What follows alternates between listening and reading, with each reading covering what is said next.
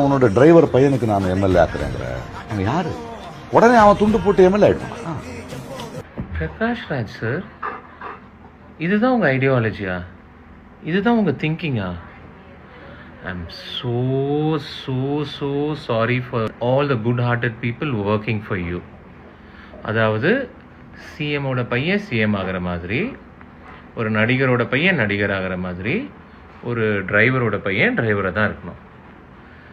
என்ன cheap thinking sir உங்களுது. ஷே, ஏன் சார் இந்த இந்த வேலை செய்கிற மனுஷங்களுக்குள்ளேயும் ஒரு மனசு இருக்குல்ல, எந்த வேலையை வேணால் இருக்கட்டும், இந்த பிறப்புக்கும் எல்லா உயிருக்குங்கிற விஷயம்லாம் உங்களுக்கு புரியாது. எந்த வேலை வேணால் செய்கிறவங்கக்குள்ளே ஒரு மனசு ஒன்று இருக்குல்ல, அதுக்குள்ளே தங்கம் இருக்கும், வைரம் இருக்கும், சில பேர் மாதிரி அதுக்குள்ளே அசிங்கம் இருக்கும்.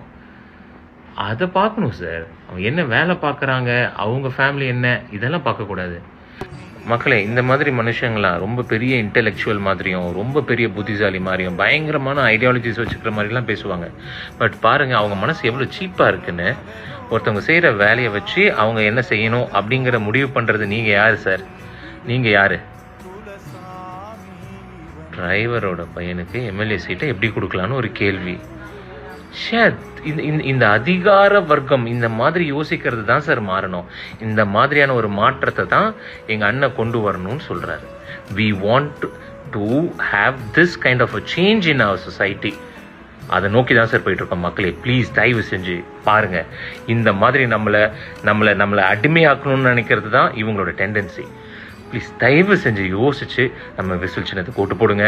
தயவு செஞ்சு நம்ம சொசைட்டி மாறணும். கான்ஃபிடென்ட்டாக